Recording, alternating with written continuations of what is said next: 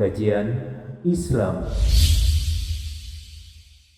Maka Ismail menceraikan istrinya. Kemudian Ismail menikah lagi dengan seorang wanita yang lain dari kalangan penduduk, yakni sama dengan suku Jurhum. Lalu Ibrahim pergi meninggalkan mereka dalam kurun waktu yang dikehendaki Allah. Setelah itu datanglah kembali untuk menemui mereka. Namun Nabi Ibrahim tidak mendapatkan Ismail. Hingga akhirnya dia mendatangi istri Ismail. Lalu bertanya kepadanya tentang Ismail. Istri Ismail menjawab, dia sedang pergi mencari nafkah untuk kami. Lalu Ibrahim bertanya, bagaimana keadaanmu? Keadaan kalian berdua. Maka dia bertanya kepada istri Ismail tentang kehidupan dan keadaan hidup mereka berdua. Istrinya pun menjawab, kami selalu dalam keadaan baik-baik saja dan cukup. Padahal keadaan sama enggak seperti sebelumnya? Sama aja, memang dasar orangnya, bukan keadaannya. Dari dulu perkembangan di sana, cepat enggak perkembangannya? Lambat perkembangannya. Dari dulu ya begitu aja. Istri Ismail menjawab, kami selalu dalam keadaan baik, cukup, dan bahagia tentunya. Istri Ismail memuji Allah, alhamdulillah. Ibrahim bertanya, apa makanan kalian? Istri Ismail menjawab, daging. Karena memang kerjanya apa? Berburu. Ibrahim bertanya, apa minuman kalian? Istri Ismail menjawab, air. Nggak ada yang lain. Air kelapa nggak ada di situ. Yang ada cuma air apa? Air Zam-Zam. Kerjanya berburu, minumnya air Zam-Zam. Berarti sama nggak dengan sebelumnya? Sama aja, nggak ada bedanya. Belum ada mungkin teh, belum ada di situ. Kopi, mungkin paling bagus susu. Tapi sebelumnya juga pasti ada susu. Tapi karena dasar wanita yang taat kepada Allah, qanaah, menerima keadaan sesuai dengan pemberian Allah, dia memuji Allah. Maka ucapan inilah didoakan oleh Ibrahim. Maka Ibrahim pun berdoa, ya Allah, berkahilah mereka dengan daging dan air. Makanya berkah airnya, berkah dagingnya. Nabi SAW bersabda, saat itu tidak ada biji-bijian. Seandainya di Mekah saat itu ada biji-bijian, tentu Ibrahim sudah mendoakannya. Dia berkata, dan dari doa itulah Ibrahim, yakni doa Ibrahim tentang daging dan air, tidak ada seorang pun selain penduduk Mekah yang mengeluh bila yang mereka dapati hanya daging dan air. Artinya apa? Di negeri lain ada daging, tapi tidak bisa menjadi makanan pokok sebagaimana orang Mekah. Kenapa? Karena keberkahan. Makanya jangan tanya orang Arab kalau makan daging. Satu kambing ya bisa cuma 4 orang. Antum enggak? Sudah daging diiris kecil-kecil, ditusuk. Ya kan? Itu pun kalau makan 4 suapan nasi, satenya cuma dimut doang. Yang penting berasa. Taruh lagi, makan lagi, dimut lagi. Sana makan daging itu makanan pokok. Kita ini bukan makanan pokok. Ya. Kenapa? Keberkahan yang Allah turunkan dari doa siapa? Nabi Ibrahim.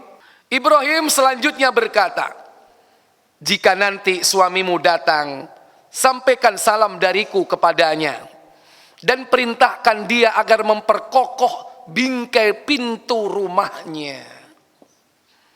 Memperkokoh bingkai pintu rumahnya. Ketika Ismail datang, dia pun berkata, apakah ada orang yang datang kepadamu? Istrinya pun menjawab, iya. Tadi ada orang tua dengan penampilan sangat baik datang kepada kami memuji. Istrinya mengagumi Ibrahim. Dia bertanya kepadaku tentang kamu. Maka aku terangkan, lalu dia bertanya kepadaku tentang kehidupan kita. Maka aku pun menjawab bahwa kita dalam keadaan baik-baik saja. Ismail bertanya, apakah orang itu ada memberi pesan kepadamu tentang sesuatu? Istrinya pun menjawab, iya. Dia memerintahkan aku agar aku menyampaikan salam darinya kepadamu. Dan berpesan agar mempertahankan bingkai pintu rumahmu. Maka Ismail pun berkata, dialah ayahku. Dan daun pintu atau bingkai pintu yang dimaksud itu adalah engkau. Dia, Ibrahim, bapakku atau ayahku, memerintahkanku untuk mempertahankan kamu tetap sebagai istrinya. Alhamdulillah. Inilah anak yang taat kepada siapa? Orang tua. Kemudian Ibrahim meninggalkan mereka lagi untuk waktu tertentu sebagaimana dikehendaki Allah. Lalu datang kembali setelah itu. Saat Ismail meletakkan anak panahnya di bawah sebatang pohon dekat Zamzam. Nama pohonnya pohon Doha. Itu ada negara yang dijadikan sebagai lambang di benderanya. Negara mana itu? Qatar. Ada pohon Doha. Makanya ibu kotanya apa? Doha. Itu pohon Doha, satu-satunya pohon yang ada di lembah itu. Sejak Nabi Ismail datang ketika masih disusui oleh Hajar, itu sudah ada pohon Doha. Dan sampai Ismail menikah, berapa kali dia menikah? 2 kali, pohon itu masih ada di tempat itu. Nah, di bawah pohon itulah Ismail meraut anak panah yang dipersiapkan untuk berburu. Ketika dia melihat ayahnya segera menghampirinya dan berbuat sebagaimana layaknya seorang ayah terhadap anaknya dan seorang anak terhadap ayahnya, atau seorang ayah kepada anaknya atau seorang anak kepada ayahnya. Kira-kira bagaimana? Bertahun-tahun tidak ketemu, terus ketemu. Berapa kali Nabi Ibrahim tidak ketemu? 2 kali, ketika dengan istri yang pertama dan istrinya dicerai, menikah lagi, kemudian Nabi Ibrahim datang lagi dengan istri yang sudah baru, istri keduanya pun tidak ketemu lagi, 2 kali tidak ketemu, baru kemudian bertemu pada saat ini. Rindu dan kangen berat tidak? Mereka keduanya berpelukan sebagaimana seorang ayah dan anak dan ayah. Kemudian Ibrahim berkata kepada Ismail, wahai Ismail, Allah memerintahkanku dengan suatu perintah. Ismail berkata, lakukanlah apa yang diperintahkan Rabbmu. Ibrahim berkata lagi, apakah kamu akan membantu aku? Ismail pun berkata, iya, aku akan membantumu wahai ayah. Kalau seperti ini sudah pasti, wong dulu diperintah menyembelih aja dikerjakan. Ismail sudah siap disembelih, bapaknya siap menyembelih, apalagi perintah yang seperti ini. Ibrahim berkata, Allah memerintahkan aku agar membangun rumah di tempat ini, yaitu Baitullah. Ibrahim menunjuk ke suatu tempat yang agak tinggi, seperti gundukan tanah yang melebihi dari tempat yang ada di sekelilingnya. Maka perawi berkata, dari tempat itulah keduanya meninggikan pondasi Baitullah. Ismail bekerja mengangkat batu, sedangkan Ibrahim yang menyusun batu-batu tersebut. Hingga ketika bangunan itu sudah tinggi, Ismail datang membawa batu ini, lalu meletakkannya untuk Ibrahim agar bisa naik di atasnya. Itulah yang sekarang disebut Maqam Ibrahim, yaitu batu yang dijadikan sebagai tempat berpijak Nabi Ibrahim ketika membangun Ka'bah, ketika bangunan itu sudah tinggi. Kalau orang membangun biasanya butuh apa? Steger atau andang orang Jawa bilang. Kalau bahasa keren kita scaffolding, ya kan? Tapi bukan besi. Scaffoldingnya Nabi Ibrahim dulu apa? Batu. Dan di batu itulah terdapat bekas pijakan kaki Ibrahim. Karena batu itu masih lunak ketika itu. Dan akhirnya inilah yang kemudian sebagai bukti otentik yang awalnya menempel di Ka'bah. Dan orang yang tawaf setelah tawaf dianjurkan untuk sholat di belakang makom Ibrahim tersebut. Tapi begitu zaman Umar bin Khattab, batu itu dijauhkan dari mana? Dari dinding Ka'bah supaya tidak mengganggu orang yang tawaf. Di zaman Nabi, makom Ibrahim itu menempel dengan dinding. Setelah zaman Umar bin Khattab dijauhkan sampai kemudian hari ini lebih jauh lagi. Berapa sof? Antum belum ngitung ya. Nanti coba dihitung. Yaitu ada 7 sof. Dari sof pertama depan itu sudah Ka'bah. Sof pertama di depan Ka'bah. Sampai 7 sof. Barulah makom Ibrahim. Keduanya bekerja. Sambil mengucapkan kalimat doa. Apa doa yang diucapkan? Allah abadikan doanya di dalam surah Al-Baqarah. Yani pada ayat 127. Wa idh yarfa'u Ibrahimul qawa'ida minal baiti wa Ismailu Rabbana taqabbal minna innaka antas samiul alim. Yang artinya, dan ingatlah ketika Ibrahim meninggikan bangunan Ka'bah atau Baitullah bersama putranya Ismail, kemudian mereka berdoa, Rabbana taqabbal minna, wahai Rabb kami, kabulkan kerja atau amal perbuatan kami. Innaka antas samiul alim, sesungguhnya engkau maha mendengar lagi maha mengetahui.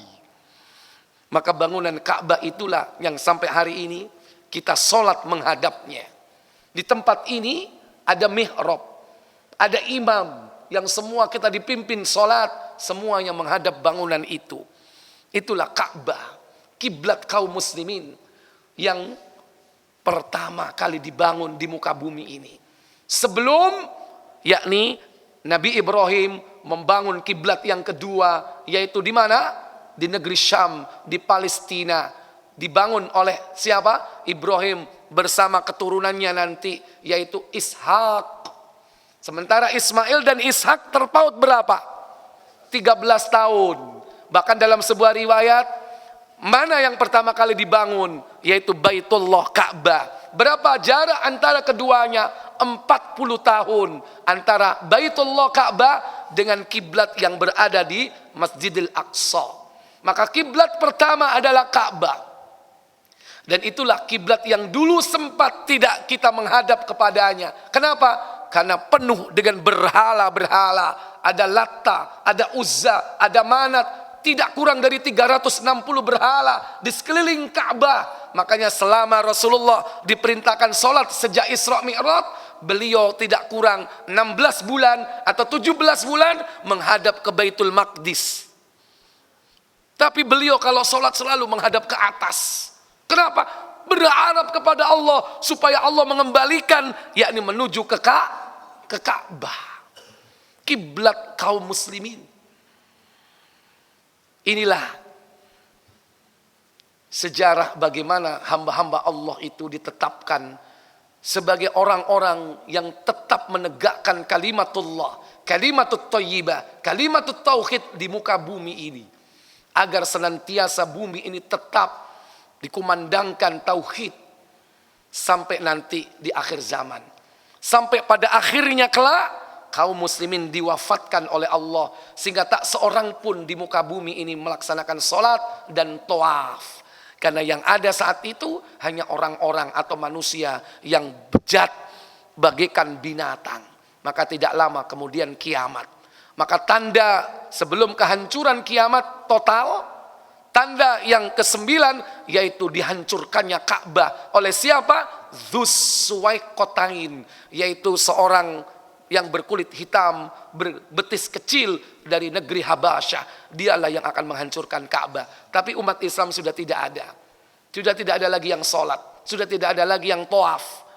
Maka kesempatan selagi umur kita masih, selagi Ka'bah masih tegak, jangan sampai keluar dari poros kita, yaitu kiblat kaum muslimin. Wa min haitsu kharajta fawalli wajhaka syatral masjidil haram. Di mana saja kau berada, hendaklah kau hadapkan wajahmu menuju kepada sutra, yaitu Ka'bah. Artinya di mana saja kalian berada, tetap tegakkan tauhid, menegakkan salat, menghadap kepada Ka'bah. Orang yang salat bukan berarti menyembah bangunan yang berbentuk kubus, tapi menyembah Allah, Rabba hadzal bait, yaitu Rabb, pemilik rumah itu. Siapa? Yaitu Allah Jalla wa'ala. Para bapak, para ibu, saudara-saudara sekalian, inilah sekilas tentang sejarah Nabiullah Ismail alaihi salatu wassalam.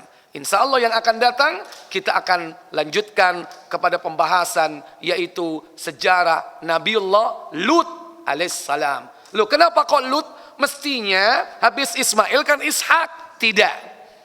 Sebelum Ishak lahir, kaum Nabi Lut sudah mau dihancurkan oleh Allah. Bukankah malaikat itu datang kepada rumah Ibrahim ketika hendak mau menghancurkan kaum Nabi Lut dan memberi kabar gembira tentang kelahiran Ishak. Ishak belum ada, Lut kaumnya sudah mau dihancurkan oleh Allah. Semoga kita diberikan usia panjang. Wa akhiru da'wana walhamdulillahi rabbil alamin. Subhanakallahumma wa bihamdik asyhadu an la ilaha illa anta astaghfiruka wa atubu ilaik. Wassalamu alaikum warahmatullahi wabarakatuh.